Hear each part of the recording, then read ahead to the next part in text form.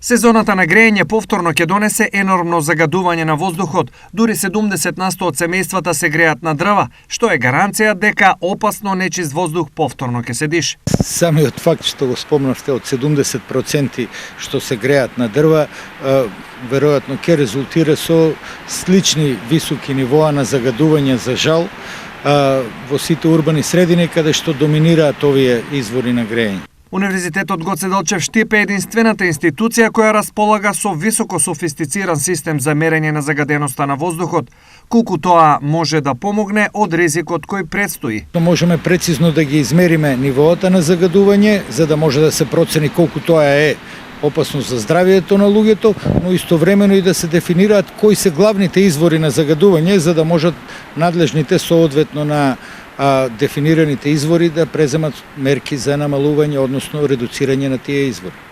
Оваа грејна сезона само во Штип ќе се изгорат околу 50.000 кубни метри дрва, а во државата се проценува дека тоа ќе бидат помеѓу 700 и 800.000 кубни метри. Во целиот овој проблем има и еден куриозитет, а тоа е дека од нечистиот воздух во голема мерка може да не спаси сиромаштијата.